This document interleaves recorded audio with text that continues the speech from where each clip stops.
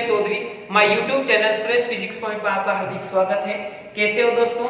उम्मीद करता हूँ अच्छे होंगे, स्वस्थ होंगे और आपकी पढ़ाई भी अच्छी चल रही होगी। बाकी कुछ स्टूडेंट बहुत अच्छा वर्क कर रहे हैं, सारे वीडियो कंप्लीट देख भी रहे हैं और उन्हें नोट भी कर रहे हैं। तो उम्मीद करता हूँ बाकी स्टूडेंट भी ऐसा ही करेंगे। तो आज हमारा ये वीडियो बहुत ही इंपॉर्टेंट और खास होने वाला है, क्योंकि हमारे चैप्टर नंबर 1 विद्युत क्षेत्र चल रहा था। उस विद्युत क्षेत्र चैप्टर का ये लास्ट पार्ट है, विद्युत द्विध्रुव तथा द्विध्रुव आघूर्ण। तो दोस्तों, इसको समझने के लिए हमने पिछले वीडियो के अंतर्गत विद्युत द्विध्रुव और विद्युत द्विध्रुव आघूर्ण को डेफिनेशन को हमने डिफाइन किया था, अच्छे से समझने का प्रयास किया था।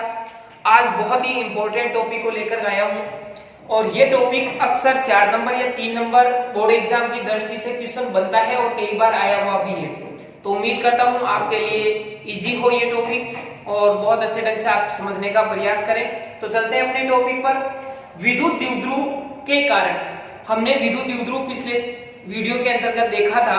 उसके अंदर दो आवेश होते हैं जो एक दूसरे से विपरीत प्रकृति के और अत्यल्प दूरी पर रखे हुए होते हैं। तो ये कहता है कि विद्युत द्विध्रुव के कारण उसकी अक्षीय रेखा पर, आपको पता है दोस्तों अक्षीय रेखा और निरक्षीय रेखा क्या होती है? दो आवेश है, इनको मिलाने वाली रेखा है वो अक्षीय रेखा कहलाती है और इनके सेंटर से जाने वाली लाइन है लंबवत, वो निरक्षीय रेखा कहलाती है। तो ये कहता है कि अक्षीय रेखा पर स्थित बिंदु पर विद्युत क्षेत्र की गणना हमें करनी है। दोस्तों, आपको पता होगा हमारे पास में कोई एक आवेश है, इस आवेश के द्वारा विद्युत क्षेत्र जनरेट होगा, इलेक्ट्रिक फील्ड जनरेट होगा। इस इलेक्ट्रिक फील्ड किसी भी बिंदु पर हमें चेक करना हो कि यहाँ पर विद्युत क्षेत्र कितना है, तो उसका सूत्र होता है kq/r²।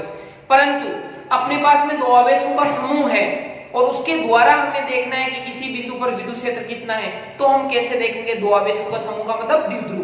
तो देखते हैं, चलते हैं अपने टॉपिक पर। तो ये कहता है कि माना कोई विद्युत द्विध्रुव AB है। दोस्तों, अपने पास में यहाँ पर ध्यान से समझना पूरे डायग्राम को, यहाँ पर A और यहाँ पर B। तो यहाँ पर एक आवेश और यहाँ पर दूसरा आवेश है, यानी कि ये एक विद्युत द्विध्रुव बन रहा है टोटल। तो विद्युत द्विध्रुव AB है जिसके बिंदु A पर -q, ध्यान से समझना, A बिंदु पर -q आवेश लेना है और B बिंदु पर +q आवेश लेना है। ले लिया दोनों। इसके बाद में कहता है स्थित है, दोनों के मध्य की दूरी 2a है।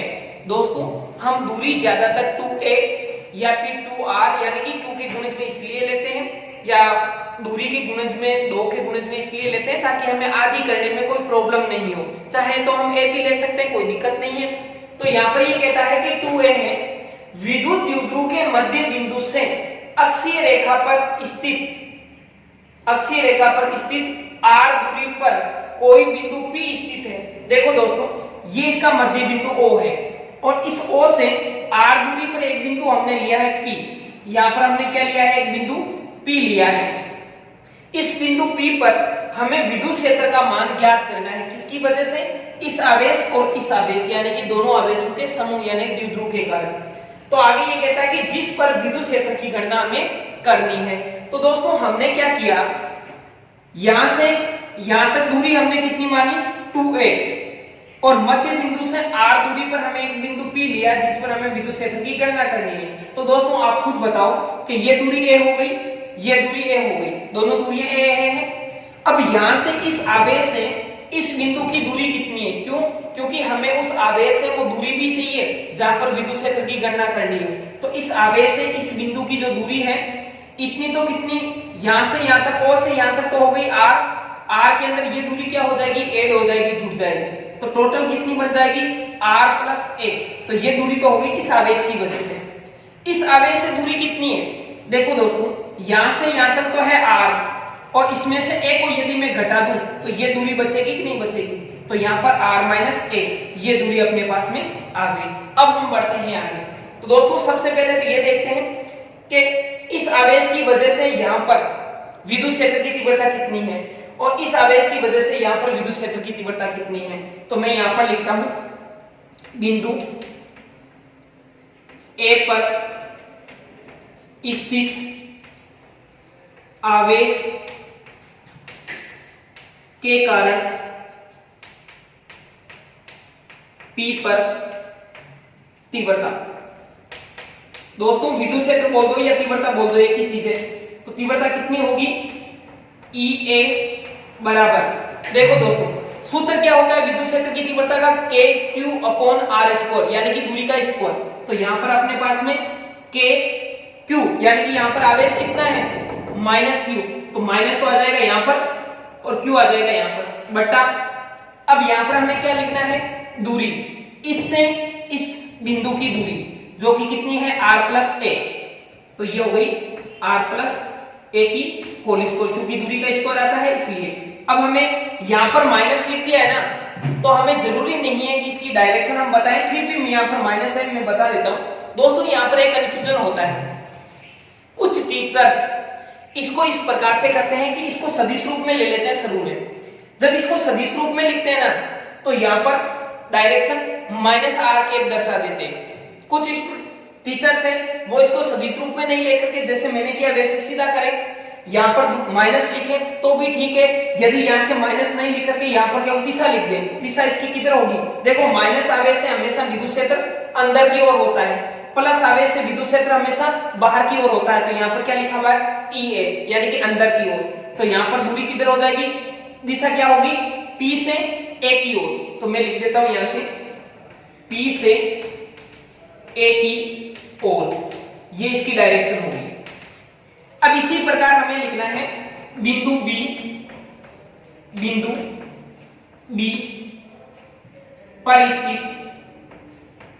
B पर स्थित आवेश के कारण, बिंदु B पर स्थित आवेश के कारण P पर तीव्रता। तो देखो इसको मैं क्या लिख सकता हूं, EB बराबर, ध्यान से समझना, यहां पर P है, यहां पर आवेश क्या है +Q, यहां से यहां तक की दूरी कितनी है R-a, क्यों, क्योंकि टोटल R है, R में से A को घटा दिया तो R-a, तो यहां पर अपने पास में हो जाएगी, और आवेश कैसा है प्लस है इसलिए KQ/R-a की होल स्क्वायर। दिशा यानी कि डायरेक्शन किधर होगी, ये बाहर की ओर दिशा है, क्यों, क्योंकि यहां पर प्लस आवेश है। अगर बाहर की ओर डायरेक्शन है तो इसका मतलब B से P की ओर, B से P की ओर। तो आपको ज्यादा कंफ्यूजन यहां पर होना नहीं है, बिल्कुल सिंपल भाषा में देखना है कि यदि माइनस आवेश है तो माइनस लेना है, यदि प्लस आवेश है तो प्लस लेना है, बस इतना ही ध्यान रखना है, इससे ज्यादा कुछ भी नहीं सोचना है, किसी प्रकार से गलत नहीं होगा। अब बढ़ते हैं दोस्तों आगे, बिंदु P पर हमें गणना करनी है परिणामी विद्युत क्षेत्र की, तो मैं यहां पर लिख देता हूं बिंदु P पर परिणामी विद्युत क्षेत्र। तो बिंदु P पर परिणामी विद्युत क्षेत्र क्या होगा दोस्तों, E बराबर EA प्लस EB। हम इसको शुरू में सदिश रूप में नहीं लिखेंगे वरना जटिल हो जाएगा, आपको कंफ्यूजन बिल्कुल नहीं चाहिए, बिल्कुल सिंपल भाषा में समझना है। अब यहां से क्या होगा, E बराबर EA और EB दोनों की वैल्यू उठा करके पुटअप कर दो, तो EA की वैल्यू क्या है माइनस KQ/R+a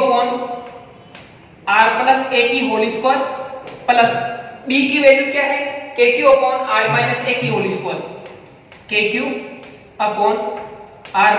की होल स्क्वायर। बिल्कुल इजी वे में समझना है। अब हमें क्या करना है, जो राशि कॉमन आ रही है ना उनको बाहर ले लो बस। तो कॉमन यहां पर क्या आ रहा है, E बराबर KQ कॉमन आ रहा है, बच क्या रहा है कोष्टक में वो लिख दो -1, क्योंकि यहाँ पर KQ कॉमन आ गया, 1 बचेगा, माइनस है तो -1, R+a की होल स्क्वायर प्लस यहाँ पर 1/R-a की होल स्क्वायर। ध्यान से समझना दोस्तों, कई बार 4 नंबर में आ चुका है ये क्वेश्चन। अब यहां से क्या करना है, E बराबर KQ को जैसा है वैसा का वैसा ही रहने दो, माइनस वाले पद को आप चाहो तो बाहर लिख दो या पहले ही रहने दो, कोई फर्क नहीं पड़ेगा। अब हमें लेना है लेसे पे, यहां पर थोड़ी सी समझने वाली चीज है। आपको पता है दोस्तों, जब हम लेसे पे लेते हैं कोई भी दो राशि का, अगर हमारे समझ में नहीं आ रहा है कि क्या होगा लेसे पे, तो आप सीधा सीधा उन दोनों का गुणा ले लो। क्या लेना है, दोनों का मल्टीप्लाई लेना है। तो मैं यहां पर यही काम करता हूं, R+a की होल स्क्वायर और R-a की होल स्क्वायर, बस कोई दिक्कत नहीं है। अब आपको पता है इसका भाग देना है इसमें, पूरी राशि के बट्टा में यदि मैं ये चीज लिखूं यानी भाग दूं तो इस राशि से ये राशि कैंसिल हो जाएगी, सेम ये कैंसिल हो जाएगी, ये बचेगी। इसको 1 से गुणा करो -1 से, तो यहां पर आएगा माइनस, और इसको यदि इससे गुणा करेंगे तो यही चीज आएगी, ये आ गई। कोई समस्या नहीं है यहां तक। फिर प्लस, अब इसका भाग देना है लेसेपे में, तो माइनस वाले का भाग दोगे, ये माइनस वाला पद कैंसिल हो जाएगा, ये प्लस वाला बचेगा, इसको 1 से गुणा कर लो, क्या आ जाएगा r + a की होल स्क्वायर। कोई समस्या नहीं है। बस अब हमें क्या करना है, इनके होल स्क्वायर खोल ले, तो खोल देते हैं नेक्स्ट लाइन में। यहां से आ जाएगा E बराबर KQ, माइनस को एक बार बाहर ही रहने दो, ये माइनस रह गया बाहर, इसकी होल स्क्वायर खोल दो, तो आपको पता है a - b की होल स्क्वायर क्या होती है, a square plus b square minus 2ab कोष्टक बंद। यहां पर क्या आएगा प्लस, इसकी खोल दो, क्या बनेगा यहां से, चलो मैं इसको विदाउट कोष्टक लिख देता हूं, इजीली समझ में आएगा। r square plus a square plus 2ra। कोई समस्या नहीं है यहां तक। बट्टा में क्या कर दूं, जो भी लेसे पे था वो लिख दूं। अब यहां पर एक चीज सोचना दोस्तों, आपको ये पता है कि यहां पर कोई भी संख्या है, जैसे a है मान लो, यहां पर कोई भी संख्या यानी कि b है मान लो, a की स्क्वायर गुणा b की स्क्वायर, देखो कैसे, a की स्क्वायर यहां पर b की स्क्वायर, दोनों में गुणा है। इस चीज को मैं ऐसे लिख सकता हूं कि नहीं लिख सकता हूं, ab की होल स्क्वायर। कोई समस्या है कि इसमें, नहीं है ना, क्योंकि a स्क्वायर b स्क्वायर को क्या लिख सकते हैं, ab स्क्वायर लिख सकते हैं। तो देखो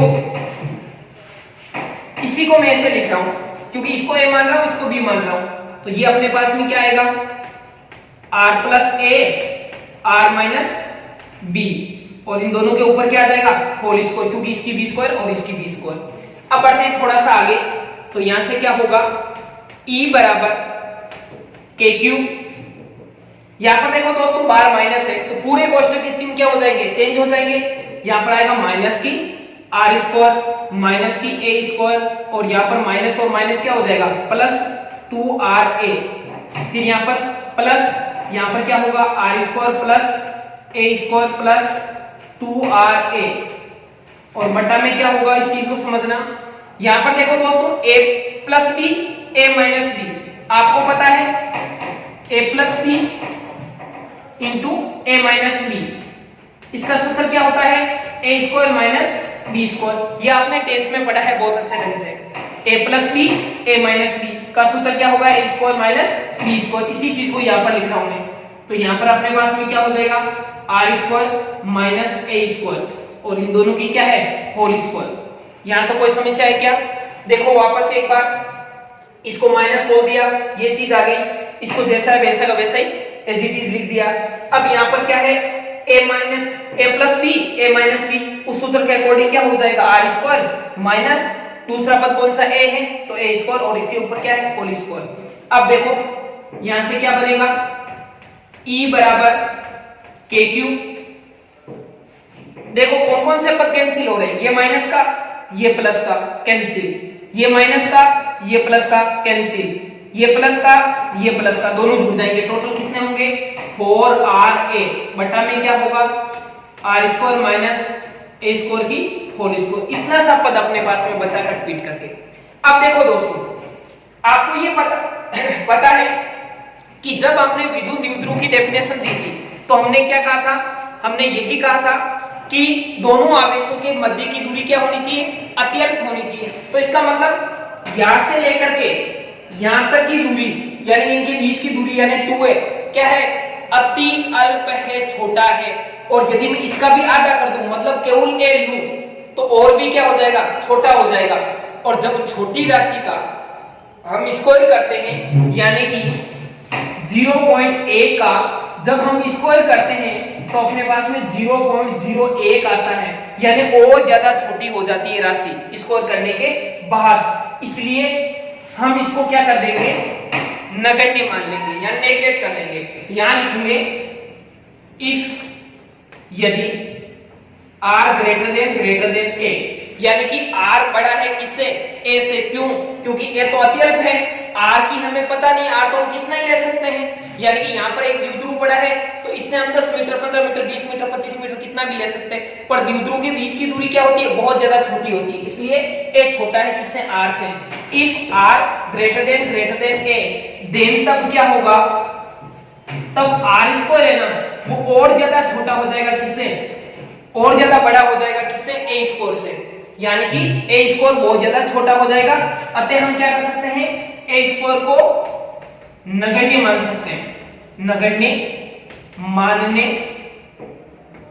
पर, और जैसे हम नगण्य मानते हैं किसको, a स्क्वायर को, इसको केवल, जैसे हम इसको छोड़ते हैं तो यहां पर क्या पद बनेगा, देखो इंप्लाइड है E बराबर के क्यू, ऊपर तो अपने पास में बनेगा 4RA, बटा में क्या बचेगा, केवल r स्क्वायर। r स्क्वायर के ऊपर क्या है, स्क्वायर, यानी कि r की पावर 4। ध्यान से समझना दोस्तों, हमने किसको नेग्लेक्ट किया है, a स्क्वायर को, तो ये पद हट जाएगा, बचेगा क्या, r स्क्वायर। इसके क्या है ऊपर स्क्वायर, कितनी हो जाएगी, r की पावर 4। अब देखो एक r से एक r कैंसिल हो रहा है, ऊपर एक r है नीचे 4r है, यहां पर 4 है, 4 को मैं दो भागों में बांट लेता हूं, कैसे, देखना ध्यान से, यहां से इंप्लाइड है E बराबर, यहां पर के रहने देता हूं, या चलो मैं 2 को बाहर ले आता हूं, 2k, और यहां पर कर देता हूं q इंटू 2a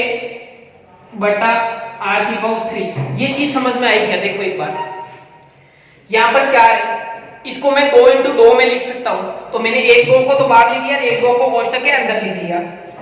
a अपनी जगह है, कोई समस्या है नहीं, r कैंसिल हो गया नीचे वाले 4 से, 3 बच गए r की पावर, और k अपनी जगह है ही, और 2 को मैंने बाहर ले लिया। अब देखो दोस्तों यहां पर क्या बनेगा, E बराबर 2k, ये राशि क्या बनती है, विद्युत द्विध्रुव आघूर्ण। क्या बनती है, विद्युत द्विध्रुव आघूर्ण, यानी कि P बनती है। तो मैं इसको P लिख देता हूं, बटा में क्या आएगा, r की पावर 3। ये तो अपना एक रूप हो गया किसका, विद्युत क्षेत्र की तीव्रता। इसका मतलब यहां पर जो विद्युत क्षेत्र की तीव्रता होगी ना वो कितनी होगी, k 2kp अपॉन r की पावर 3। इसको मैं सदिश रूप में लिखता हूं तो देखो क्या होगा, सदिश रूप में, यदि मैं इसको सदिश रूप में लिखूंगा ना तो ये होगा E वेक्टर बराबर 2k, यहां पर आ जाएगा p वेक्टर बटा r की पावर 3, ये आ जाएगा सदिश रूप में। क्यों, क्योंकि विद्युत द्विध्रुव आघूर्ण खुद क्या होती है, एक सदिश राशि होती है।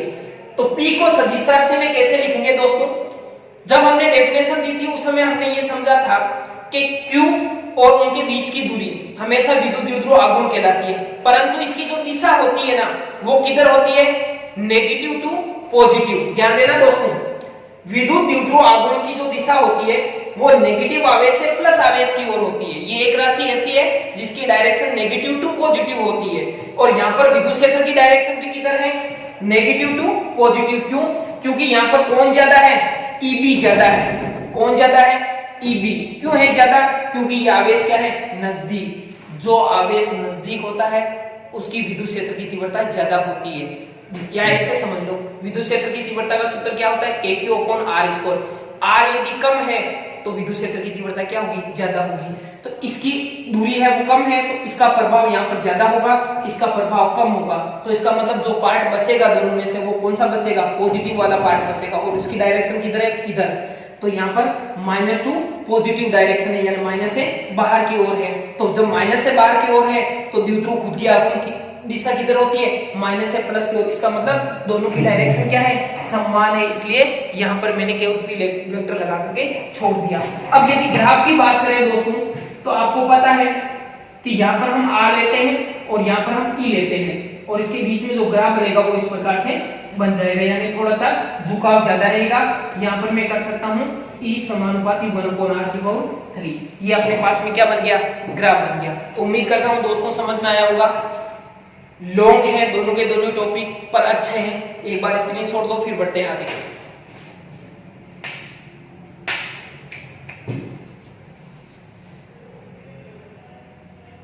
तो बढ़ते हैं दोस्तों आगे नेक्स्ट पॉइंट पर। काफी इंपॉर्टेंट पॉइंट है ये भी।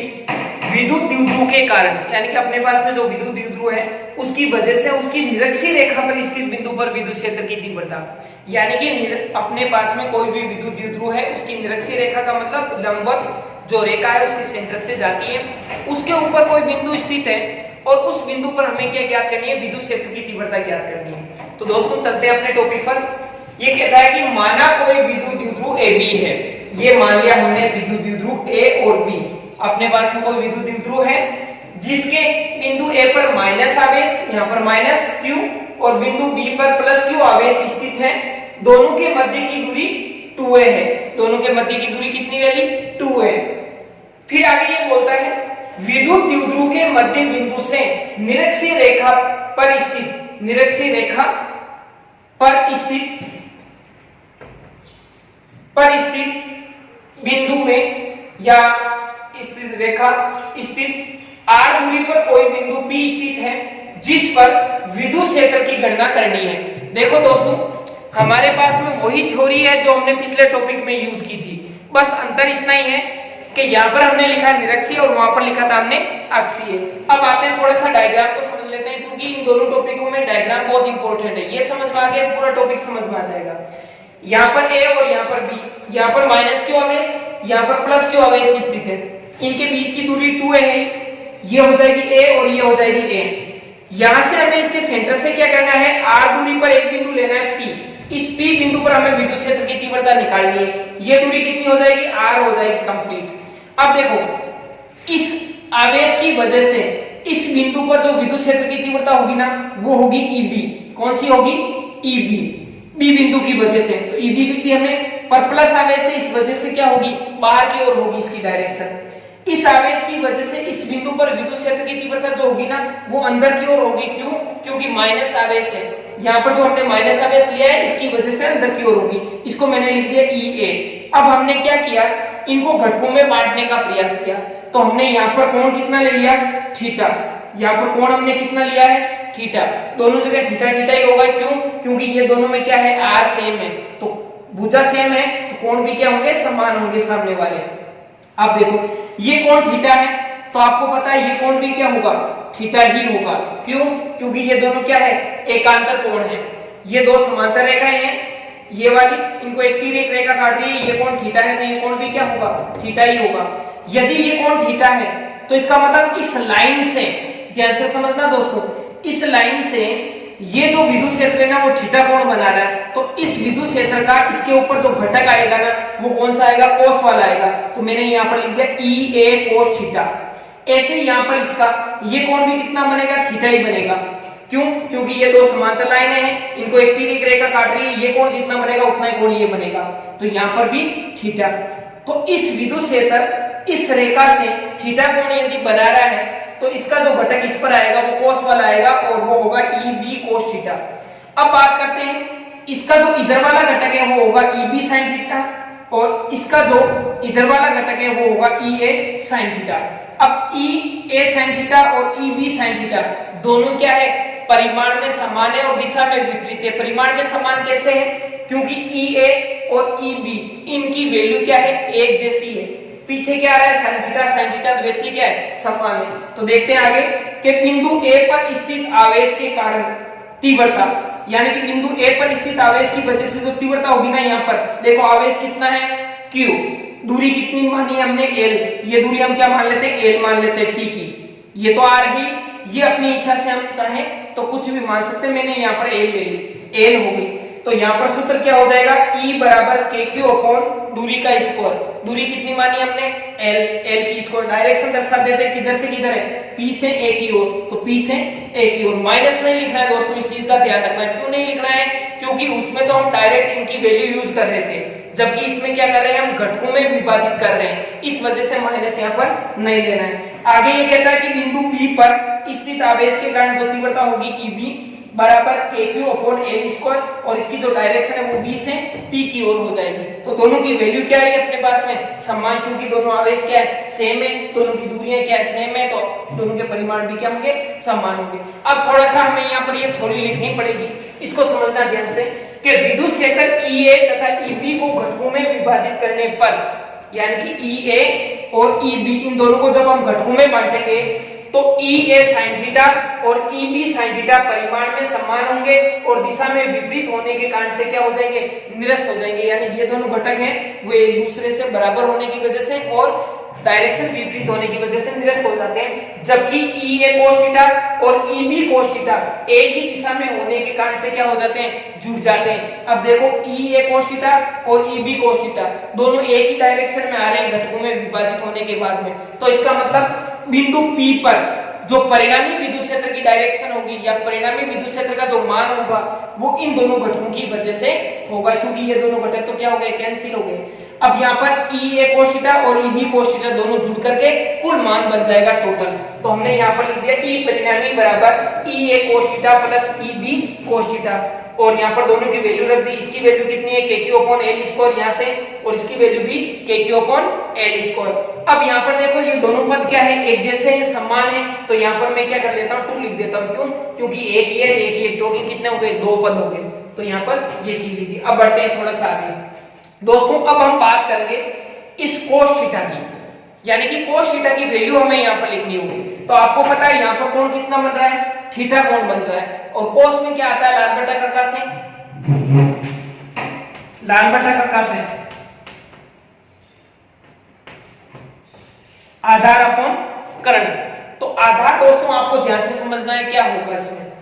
आधार तो है ये, क्योंकि कोण के सामने की भुजा सदैव क्या होती है, लंब होती है। ध्यान से समझना, कोण के सामने की भुजा लंब, समकोण के सामने की भुजा कर्ण, तो ये क्या बच गई, आधार बच गई अपने पास में। तो आधार तो हो गया ए, कर्ण इसमें क्या आ रहा है, एल आ रहा है, यानी कि जो कोस थीटा है उसकी वैल्यू क्या होगी यहाँ पर, ए अपॉन एल। वापस समझा देता हूं एक बार, यानी कि लाल बटा कक्का से क्या होगा, कोस की वैल्यू आधार बटा कर्ण, आधार इसमें क्या है ए, कर्ण इसमें क्या है एल, तो कितना बनेगा टोटल, ए अपॉन एल। तो मैं इसकी जगह लिख देता हूं ए अपॉन एल। इंप्लाई दैट ई परिणामी बराबर यहां पर आ जाएगा 2KQ/L और इसकी जगह आ जाएगा a अपॉन L। दोस्तों यहां पर L² पहले से है और यहां पर आ रहा है L, तो टोटल कितनी बन जाएगी, L की क्यूब। यहां पर हो जाएगा इंप्लाई दैट E परिणामी बराबर यहां पर 2KQ अपॉन, या a भी लिख देता हूं यहां पर, बटा में क्या आ जाएगा, L की क्यूब। अब देखो दोस्तों एक बार अच्छे से समझना इसको, मैं आगे ले आता हूं इस पद को। इंप्लाई दैट ई परिणामी बराबर, इसको मैं ऐसे लिख देता हूं K और यहां पर लिख देता हूं Q इंटू 2A, बटा में लिख देता हूं L की क्यूब। देखना दोस्तों अच्छे से, ये 2 है ना, इसको मैं किसके साथ में ले गया, A के साथ में, Q यहां पर है तो Q इंटू 2A और यहां पर बचेगा K, इस रूप में लिख दिया ताकि P बन सके, यानी कि द्विध्रुव आघूर्ण बन जाए इजीली। यहां से क्या होगा, E परिणामी बराबर यहां से हो जाएगा KP बटा, अब हमें L की वैल्यू लिखनी है। देखो दोस्तों इसके अंदर 3 प्रतिस्थापन करने, बैक टू बैक कंटिन्यू। पहले क्या करना है, हमें यहाँ पर इन दोनों का मान प्रतिस्थापित करना है, यहाँ से लिखना है, उठा करके लिख दिया, पहला प्रतिस्थापन हो गया। दूसरा, इन दोनों को सम्मिलित करके ये चीज लिख दी। फिर हमें प्रतिस्थापन करना है कोस थीटा का, कोस थीटा की वैल्यू यहाँ से उठा करके लिखनी है। फिर हमें तीसरा करना है एल का, तो हमें एल की वैल्यू अब हमें चाहिए। तो दोस्तों ये क्या है, कर्ण है। आपको पता है कर्ण की वैल्यू क्या होती है, आधार स्क्वायर प्लस लंब स्क्वायर का हो अंडरूट।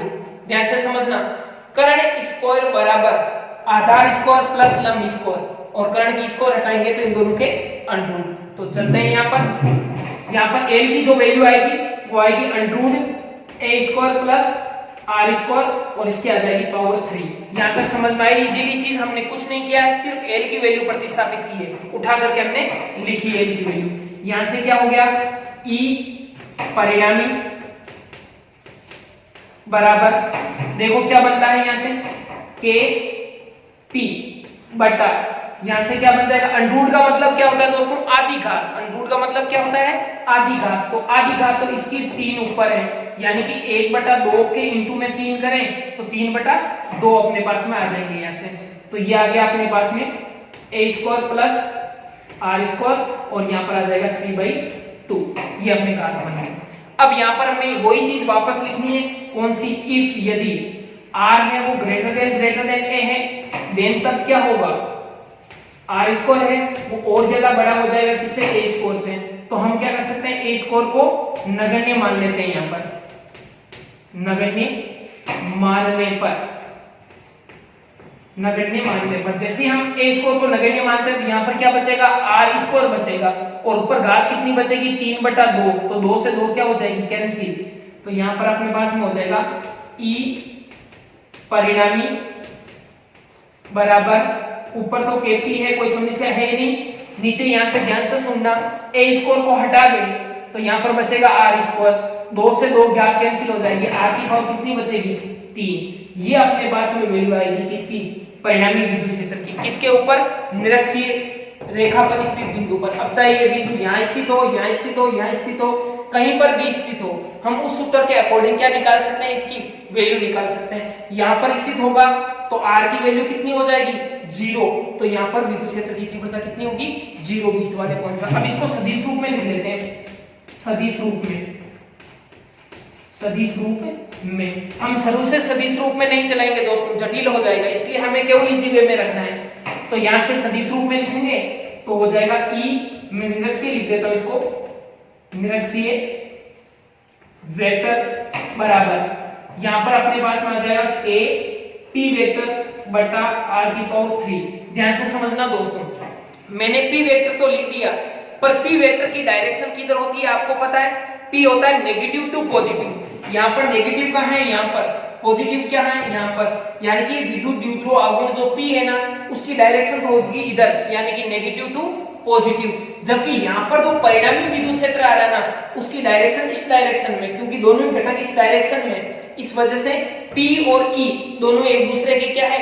विपरीत है। इसी विपरीत को दर्शाने के लिए यहाँ पर क्या लगाऊंगा? मैं माइनस लगाऊंगा। इस चीज को ध्यान से समझना। -2 लगाया मैंने क्योंकि यहाँ पर P और E दोनों एक दूसरे के विपरीत डायरेक्शन में। P तो है -2 प्लस यानी कि इधर, और यहाँ पर विद्युत क्षेत्र की तीव्रता है वो इधर, इस वजह से मैंने यहाँ पर क्या लगाया है? माइनस लगाया है। तो इस चीज को आप इजीली समझ गए होंगे। अब हम बात करते हैं अक्षीय बिंदु और निरक्षीय बिंदु पर जो विद्युत क्षेत्र की तीव्रता हमें प्राप्त हुई है, उनमें आपस में क्या संबंध है? देखो दोस्तों, जो हमें निरक्षीय, मैं यही लिख देता हूं, जो हमें निरक्षीय पर प्राप्त हुई है वो तो हुई है kp/r की पावर 3। हमें मान लेना है kp/r की पावर 3। जबकि अक्षीय पर कितनी प्राप्त हुई थी? 2kp/r की पावर 3। इसका मतलब जितनी निरक्षीय पर होती है ना, उससे डबल होती है किस पर? अक्षीय पर। ध्यान से सुनना दोस्तों, वापस बात, जितनी विद्युत क्षेत्र की तीव्रता निरक्षीय बिंदु पर होती है, उतनी ही दूरी पर अक्षीय बिंदु पर डबल होती है। यानी कि दूरी सेम है दोनों की, यानी जितनी दूरी यहां से यहां पर है, उतनी दूरी यदि हम इधर लें तो इधर वाली जो तीव्रता है ना, वो इधर वाली से क्या होती है? डबल होती है। इधर डबल और इधर सिंगल। ऐसे आपको याद रखना है। कैसे रखना है? इधर होती है डबल और इधर होती है सिंगल। यानी इसको हम ऐसे लिख सकते हैं, E अक्षीय बराबर 2 इंटू E निरक्षीय। बस ये चीज आपको याद रखनी है। क्या याद रखना है? E निरक्षीय, यानी कि E निरक्षीय का मान कब बनेगा? जब हम E अक्षीय का मान कब बनेगा? जब हम E निरक्षीय को 2 से गुणा करेंगे, यानी कि उसके डबल के बराबर क्या होगा?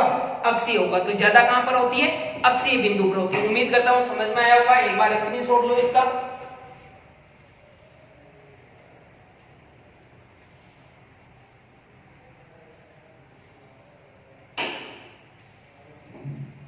तो दोस्तों, दोनों टॉपिक कंप्लीट हो गए अपने। काफी इंपॉर्टेंट टॉपिक है, लेंथ भी है। एक बार इनकी प्रैक्टिस जरूर करना है क्योंकि दोनों बहुत अच्छे टॉपिक हैं, कई बार बोर्ड एग्जाम में आ चुके हैं।